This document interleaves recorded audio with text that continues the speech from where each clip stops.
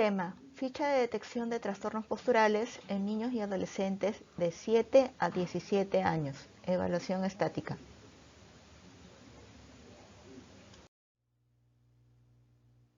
La buena postura es aquella en la que las relaciones anatómicas se encuentran dentro de los límites normales.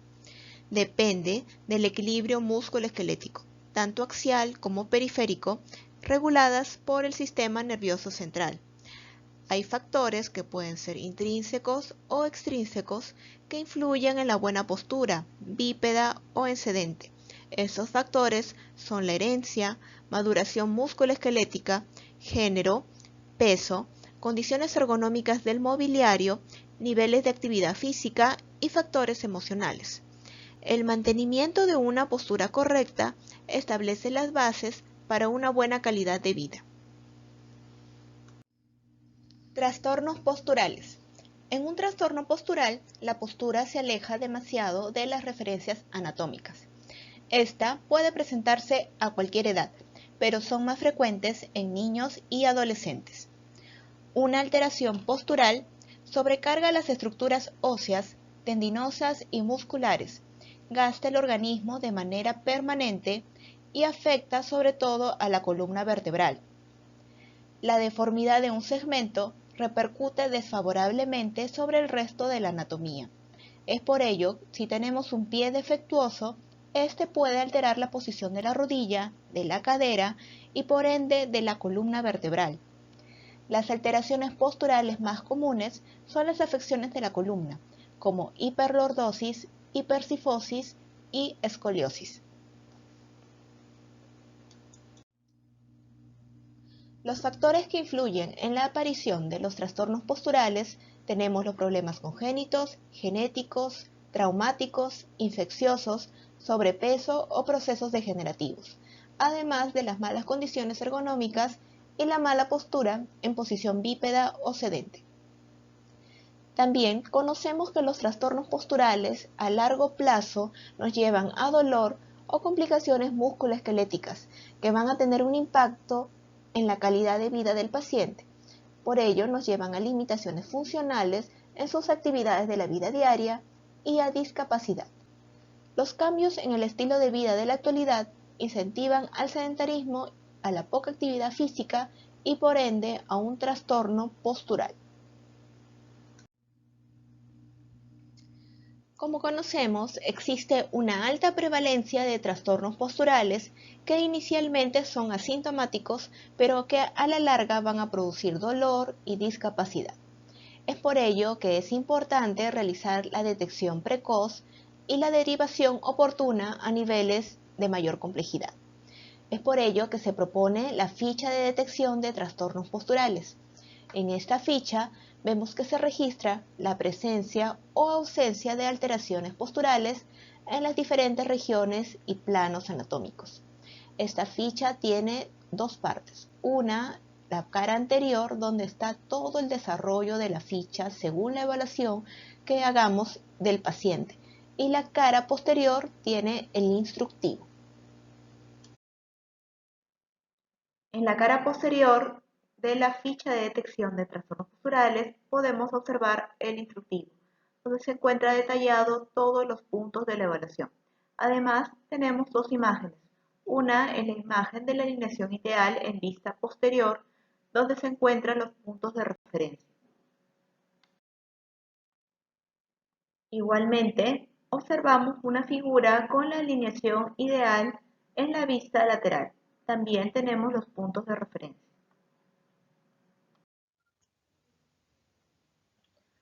Objetivo de la ficha de detección de trastornos posturales en niños y adolescentes de 7 a 17 años. Evaluación estática.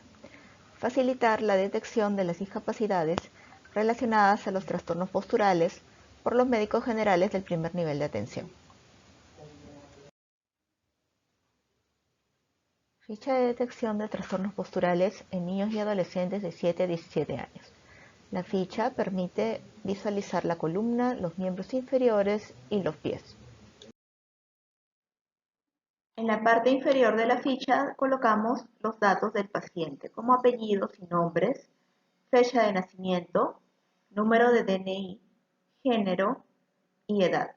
Además tenemos el diagnóstico presuntivo. Nosotros aquí tenemos una lista de los diagnósticos más frecuentes. Podemos marcar un diagnóstico o los diagnósticos que encontremos según nuestra evaluación. Tenemos otro apartado para evaluar el dolor crónico, es decir, dolor que dure más de 3 meses. En el caso de ausencia o presencia de dolor, debemos marcarlo acá. Por último, la acción. ¿Qué vamos a hacer con el paciente? Si es una referencia a un nivel de mayor complejidad para ser evaluado por el especialista médico rehabilitador o un control en 3 meses o 6 meses, de acuerdo a la complejidad del caso. En la cara posterior contamos con el instructivo, el cual detalla cada uno de los aspectos a ser evaluados. Iniciamos con la forma de evaluación, la cual es muy importante para llegar a un diagnóstico preciso. El paciente tiene que estar de pie, sin zapatos, con ropa interior o short, sin polo. Las niñas pueden contar con un top o brasier. La postura debe ser una postura cero o neutra, es decir, los brazos a los costados del tronco y los talones separados aproximadamente unos 8 centímetros, con las rodillas en extensión. En el segmento correspondiente a la columna, valoraremos en la vista posterior nivel de hombros y escápula, triángulo del talle y test de Adams. En la vista lateral se evalúa la columna cervical, la columna dorsal y la columna lumbar. En los miembros inferiores, en la vista anterior, mediremos la distancia intercondilia o la distancia intermalar. Veremos el alineamiento comparativo de los miembros inferiores y en la vista lateral se valorará las rodillas en una posición normal, en genuflexo o en genurrecurvatum. En relación a los pies, se visualiza la vista posterior, la alineación del calcáneo y en la vista lateral el arco longitudinal interno. La ficha empieza con la evaluación de la columna desde la vista posterior y la vista lateral. Vemos que cada uno de los ítems de la evaluación tiene alternativas de respuesta. Las que no están sombreadas corresponden con la normalidad, las que están sombreadas con la alteración. Esto hace más fácil la visualización de las áreas en las cuales se encuentra mayor alteración. En el primer ítem evaluamos nivel de hombros y escápulas. Entonces nosotros podemos definir uno, alineados, o la segunda opción, desalineados. Vemos aquí alineados los hombros a la misma altura y el borde inferior de las escápulas a la misma altura. En el caso de desalineados se observa aquí el desnivel tanto en hombros como en escápulas. Triángulo del talle. Se evalúa el borde interno del brazo, el tronco y la cintura. De esta manera tenemos un triángulo. Cuando encontramos simetría, marcamos el primer cuadro y cuando está alterado o asimétrico, marcamos el segundo.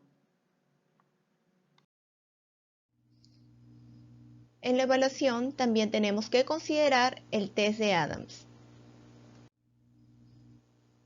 Recordemos la posición. El paciente se encuentra en su postura neutra o postura cero.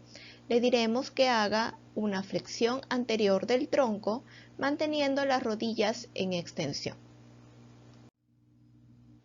Entonces, el médico realizará la evaluación. Si es negativo, corresponde a una postura normal o tal vez a una escoliosis postural o reductible.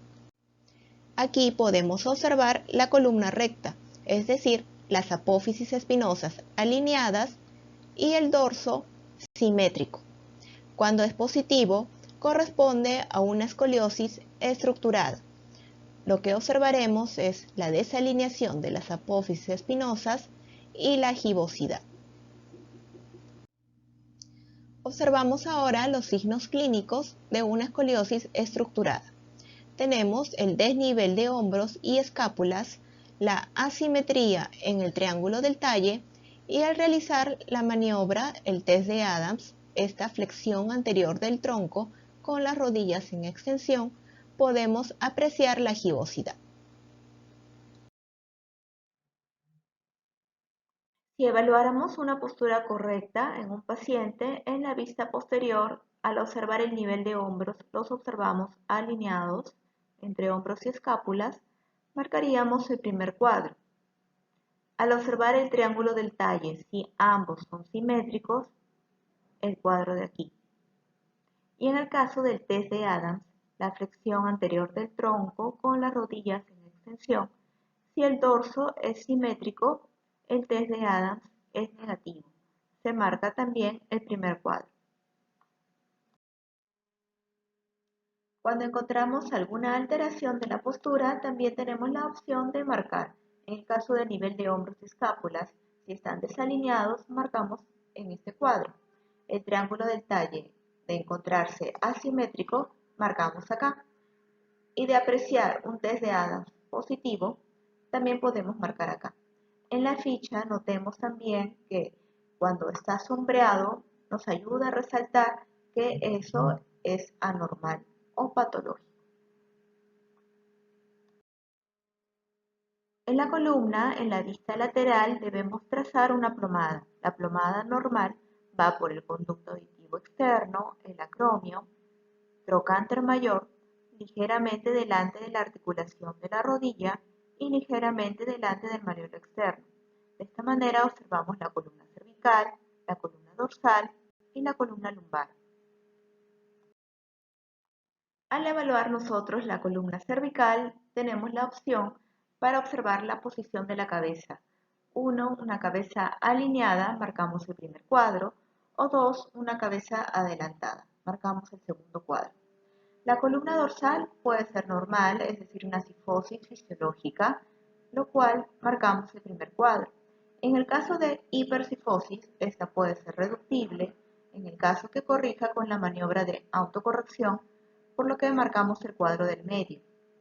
Si fuese una hipercifosis irreductible, es decir, que no corrige con la maniobra de la autocorrección, marcamos este cuadro. En el caso de la columna lumbar, tenemos una curvatura normal fisiológica, marcamos el primer cuadro. Y de presentarse hiperlordosis lumbar, marcamos el segundo. Recordemos entonces que para ver la vista lateral hay que trazar una línea imaginaria que coincida con el conducto auditivo externo, el acromio, trocánter mayor, ligeramente por delante de la articulación de la rodilla y ligeramente por delante del malleolo externo. En este caso vemos una postura alterada, la cabeza adelantada, un aumento de la cifosis, es decir, hipercifosis, que puede ser reductible o irreductible. Esto se definirá en el examen físico. Además vemos una hiperlordosis compensatoria. De encontrar una postura adecuada, marcamos, en el caso de la posición de la cabeza, cabeza alineada, el primer cuadro, una columna dorsal normal, es decir, una cifosis fisiológica. También marcamos aquí este cuadro. Y si encontramos una lordosis lumbar fisiológica, también tenemos la opción para marcar acá. Hagamos la práctica observando este paciente. Podemos apreciar su cabeza adelantada. Marcamos este recuadro. La columna dorsal también se observa incrementada. Puede ser reductible o irreductible. Como no hemos hecho el examen físico, para efectos de la práctica marcamos hipercifosis irreductible. Por último, la columna lumbar se observa incrementada, es decir, una hiperlordosis. Se marca acá. Vamos a observar ahora los miembros inferiores. El paciente debe estar de pie con los pies juntos. En el caso de tener las piernas alineadas, se va a observar como en esta imagen. Cuando el paciente tiene una tendencia al genuvaro, los pies van a estar juntos y nosotros vamos a realizar la medida de la distancia intercondiliar. Y en el caso del paciente con una tendencia al genu-valgo, sus rodillas van a estar juntas. Vamos a hacer la medición de la distancia intermalleolar. La evaluación de los miembros inferiores implica la medición de la distancia intercontilia y la distancia intermalleolar. Cuando las piernas se encuentran rectas, alineadas, este valor será 0. Colocamos 0 o una raya. En el caso de genu-valgo, mediremos la distancia intermalleolar y en genu-varo la distancia intercontilia. El valor se anota en centímetros. También observaremos el alineamiento comparativo de miembros inferiores. Si ambas piernas están iguales, marcamos simétrico. Si vemos alguna asimetría, marcaremos acá asimétrico. En este caso podemos observar los miembros inferiores alineados. Puede juntar las rodillas y los tobillos. Aquí podemos observar que en el caso de genu-valgo se realizará la medición de la distancia intermalleolar. Aquí podemos observar un caso de genu-varo. El paciente está con los pies juntos y realizamos la medición de la distancia intercondilia.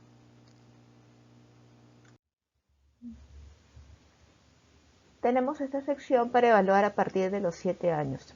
A esta edad, lo correcto es que las piernas estén alineadas o rectas. Si es así, se marca acá. En el caso de encontrar genu-valgo patológico, es decir, una distancia intermalleolar mayor de 2 centímetros, se coloca una X en el siguiente recuadro. Y en el caso de encontrar genu-varo patológico, es decir, una distancia intercondilia mayor de 1 centímetro, marcamos aquí. En esta sección evaluamos la vista lateral de los miembros inferiores. Es normal cuando hay una correcta alineación entre el fémur y la tibia. Marcamos acá. Si las rodillas se encuentran en flexión, una o las dos, marcamos el siguiente cuadro de genuflex. Y si las rodillas se encuentran en hiperextensión, es decir, en genu recurvatum, marcamos este cuadro. En esta figura observamos la alineación normal de 180 grados. Esta otra figura nos muestra un genuflexo, en la cual no logra completar la extensión. La extensión es menor de 180 grados. Esta imagen nos muestra un genu recurvatum. Observamos la hiperextensión de la rodilla que supera los 180 grados. Los pies de su vista posterior. Nosotros vamos a observar la alineación del calcáneo. Trazamos una línea que siga el eje de la tibia y el eje del calcáneo. Ambas deben coincidir. En este caso valoramos el lado derecho y el lado izquierdo. Cuando tenemos un calcáneo valgo leve, es decir, ambas líneas se aproximan hacia la línea media, puede estar asociado o no con un pie plano leve, igual podemos marcarlo acá. Cuando tenemos un calcáneo valgo moderado a severo, también ambas líneas se aproximan a la línea media, pero vamos a observar una eversión mucho más marcada del pie, y esto puede estar asociado a un pie plano valgo. Igual marcamos si es el derecho, el izquierdo o ambos. Por último, valoramos el calcáneo varo, es decir, esas líneas que marcamos se alejan de la línea media. Igual la evaluación es de cada uno de los pies. Acá observamos la alineación normal, es decir, si trazamos una línea que siga el eje longitudinal de la tibia y otra que siga el eje longitudinal del calcáneo, estas coinciden. En el caso del calcáneo valgo podemos observar la aproximación del eje a la línea media. Aquí observamos que este eje longitudinal de la tibia y el eje longitudinal del calcáneo forma un ángulo que se aleja de la línea media. En este caso es calcáneo varo. En la vista lateral tenemos que observar el arco longitudinal interno, que es aquel arco formado en la cara interna del pie y constituye la bóveda plantar. Entonces podemos observarlo normal. Tenemos que valorar ambos pies, el derecho y el izquierdo. También podemos encontrarlo descendido, es decir, una pérdida de la altura de la bóveda plantar. También marcamos el derecho o el izquierdo o ambos. Por último, aumentado, cuando hay una altura excesiva de la bóveda plantar. Igual se hace la evaluación en cada pie. En el caso del pie normal, observamos que el arco longitudinal interno tiene una altura de 1 a 2 centímetros. En este pie observamos el arco longitudinal interno descendido. En este caso observamos el arco longitudinal interno muy aumentado. Ahora aplicaremos la ficha. Primero llenamos los datos de filiación, número de historia clínica, apellidos, nombres, fecha de nacimiento, DNI, género, edad. Empezamos con la evaluación de la columna. Observamos desde la vista posterior el desnivel de hombros y el desnivel de escápulas. Por lo tanto, en la ficha marcaremos el número 2, nivel de hombros y escápulas desalineados, una X. También observamos el triángulo del talle. En este caso está asimétrico. Marcaremos asimétrico. Luego, al paciente se le pide realizar el test de Adams, es decir, una flexión anterior del tronco con las rodillas en extensión. Aquí se observa esta gibosidad. Por lo tanto, es un test de Adams positivo. Luego, evaluamos la vista lateral. En la vista lateral hay que observar la columna cervical, dorsal y lumbar. En este caso, vemos la cabeza adelantada. Hay que marcar cabeza adelantada. En el caso de la cifosis, observamos que está incrementada, pero no podemos hacer la diferenciación si es reductible o irreductible, ya que no tenemos al paciente para hacer la maniobra de autocorrección. Por lo tanto, por efectos prácticos, vamos a marcar hipercifosis irreductible. Por último, observamos la columna lumbar. La columna lumbar está incrementada y esta es compensación de esta cifosis también incrementada. Entonces marcaremos hiperlordosis lumbar. Evaluamos los miembros inferiores desde su vista anterior. Vemos que el paciente logra juntar las rodillas y los tobillos. Cuando no hay entonces una distancia intercondiliar y una distancia intermedular, es 0. Por lo tanto, podemos colocar el 0 o simplemente poner una raya. Además observamos que ambos miembros inferiores son iguales, son simétricos. Marcamos acá. Luego observamos ese apartado, donde valoramos a partir de los 7 años. Ambas piernas son simétricas, están alineadas, entonces marcamos la primera opción. Para evaluar los miembros inferiores, en su vista lateral apreciamos la alineación entre el fémur y la tibia. En este caso están alineados. Marcamos normal. Los pies, en su vista posterior, tenemos que observar la alineación del calcáneo. Trazamos una línea que siga el eje de la tibia y el eje del calcáneo. Vemos que en el lado derecho y en el lado izquierdo se aproximan a la línea media. Por lo tanto, es un calcáneo valgo. Apreciamos que es bastante pronunciado, entonces marcaremos acá, calcáneo valgo moderado a severo, derecho e izquierdo. Por último, también hay que observar el pie desde su vista lateral. Aquí el arco longitudinal interno se encuentra descendido. Marcaremos entonces la segunda opción, descendido.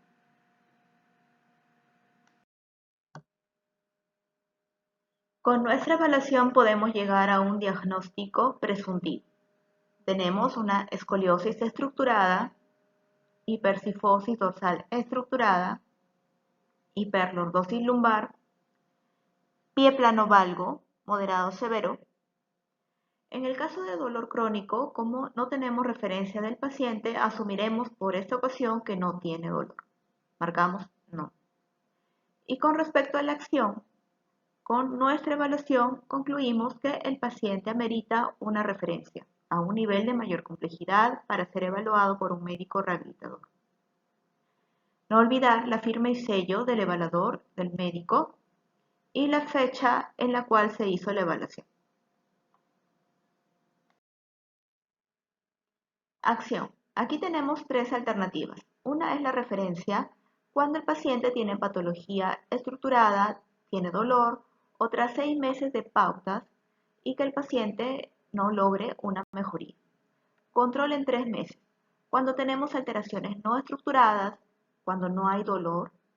Y control en 6 meses, en aquellos casos en los cuales la alteración es fisiológica, por ejemplo, genovalgo fisiológico, genovaro fisiológico, lo cual no meritaría que el paciente venga a un control antes de tiempo.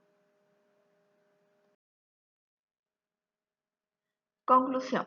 Este instrumento busca la detección precoz de los trastornos posturales en el primer nivel de atención para su manejo o derivación oportuna. La finalidad es mejorar la salud de las personas. Bibliografía utilizada. Gracias por su atención.